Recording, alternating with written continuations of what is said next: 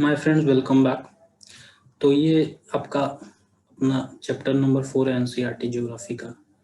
और chapter number 4 जो है आपका, आप टू मेक लिटिल एडजस्टमेंट है। Okay now, so this is chapter number 4 maps. Okay, NCERT geography class 6 solution. So this is solution video, and solution of what? Solution of all these questions that are here in front of you. First question, what are the three components of map? Of course, very easy question. What are the three components of map? We have already dealt with it. Okay, so what are these? These are direction, they are distance. Okay, and these are what? Then the what is the third one? This is the symbol. Okay, so we have already discussed these three components in a very comprehensive way. Okay, now what are the four cardinal principles? Yani four principles that are four directions that is there. This is east, this is west, this is north, and this is south.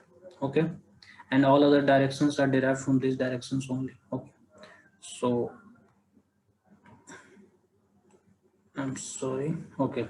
What do you mean by the term scale of the map? Okay, this is very easy question, as if you have gone through my lecture. A scale is basically a ratio. It's basically a ratio of what?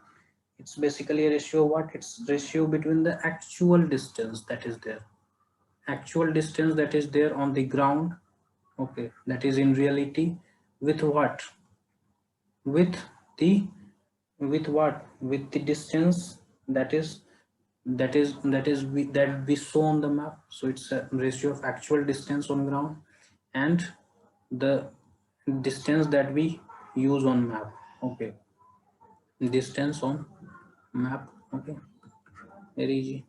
How are maps more helpful than a globe? We have discussed in a very comprehensive way in the video lecture. You must go through it. We have differentiated, okay, what how a globe and a map is different from each other. Despite that, we will again repeat the same. How are the maps more helpful than a globe? Because maps provide you a detailed information. Okay, it's provide a detailed information about any any part of the earth. Okay, or the whole earth. Okay, or the whole earth. Distinguish between a map and a plan. So, oh, of course, this is a good question here. Distinguish between map and a plan. Okay, so I have a separate color for this question. Here you write a scale. Okay, and here you write map, and we will be dealing with what is the difference between. So first you write what is the definition of a map. How do you define a map?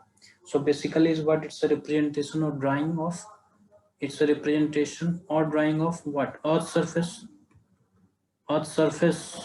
or a part of it, or a part of it on a flat surface. Okay, or a plane on a plane surface. And this may be a piece of paper, or it may be any flat surface like wall or land or anything. So it is the, and what is a scale?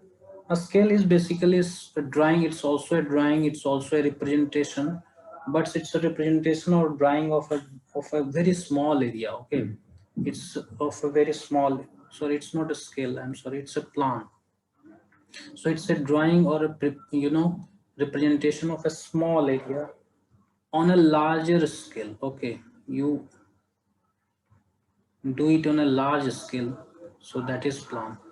The second difference you will find in the, what is the use of it. So it is helpful. Map is very much helpful in providing detailed information. Okay, it provides some sort of detailed information. Okay, what about what? It provides detailed information about any part of the earth or the whole earth. Okay, or the whole earth. And what does plan help us? How does plan help us? So plan can be differentiated from map because it provides limited information. It provides it provides or gives limited information, okay, and that too of a very particular small area about any particular a smaller area, okay. So that is the difference, particular smaller area you will write, okay. Now the next question, which map provides detailed information? So of course, if you want a detailed information, you have to use large scale map, okay. You have to use large scale map so as to get detailed information.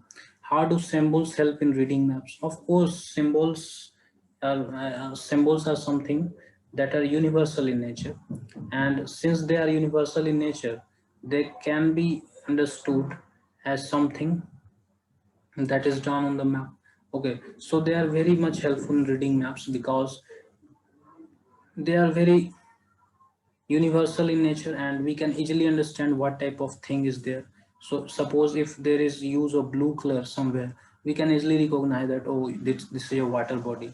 Similarly, if there is use of brown color, so it will represent mountains. So in these symbols, and in addition to this color symbol, there is also symbol like international boundary, okay, and then of railway lines, then of other things. For example, districts, you do not use those dotted lines, okay. So this way, with the use of symbols, we can identify different different type of things, different type of structures that are there on the real ground, okay. This is MCQ type question. Map showing distribution of forests. So forests is a basically a theme, a particular theme. So forests can be you know shown in thematic maps. The blue color we have discussed already, water body is represented by blue color. Compass is used. Compass is like this, in which we have needles. One is north and again the other is south. So it and the main direction, the cardinal directions. A scale is necessary for where? A scale is necessary for a map. We have already dealt it. So my dear friends, this is the end of the solution to this chapter, okay. If you do not have gone through the lecture, my lecture on this chapter, must go through it. Have no you will have no problem left with any concept, okay. And despite it, if you face any problem in understanding those concepts, you can always comment in the comment box. I will be always ready, to answer your query, okay. So thank you very much. Thanks for joining, and keep studying hard and always be a curious reader. Okay, because learning should never stop. Okay.